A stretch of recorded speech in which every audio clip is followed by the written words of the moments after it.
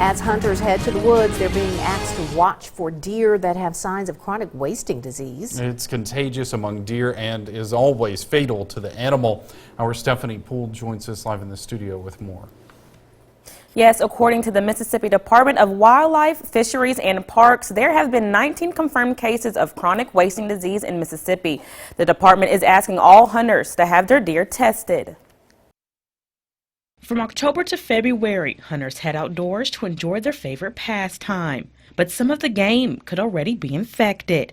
Wildlife biologist John Gruchy says chronic wasting disease has shown up in deer in several northern Mississippi counties and in the Delta. It is a prion disease, so it's a protein disease that's transmissible from deer to deer, and it causes lesions in their brain and ultimately death. This disease can grow in deer for months to years with no physical signs of infection.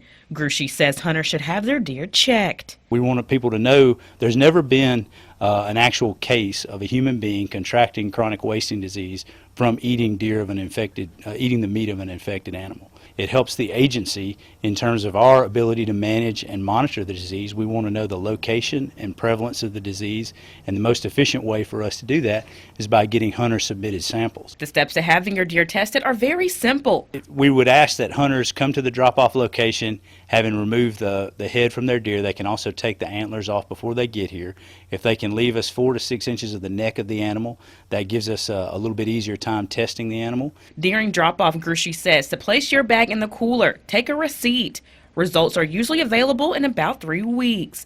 Meat processors can also analyze deer. We have teamed up with Alabama Fishery and Wildlife, and what we do is we take samples, we turn them into the biologist, and they turn them in and have them tested to make sure that these animals are not infected. Owner of Hunter's Gold Deer Processing, Adrian Foncel, says he processes around 60 to 70 deer per day.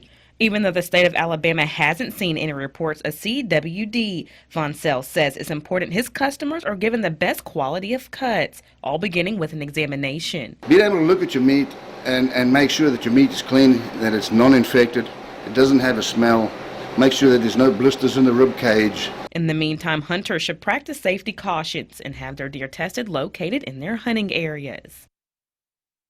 If you have any questions about chronic wasting disease or would like to find a drop-off location in Mississippi, please visit our website at WCBI.com.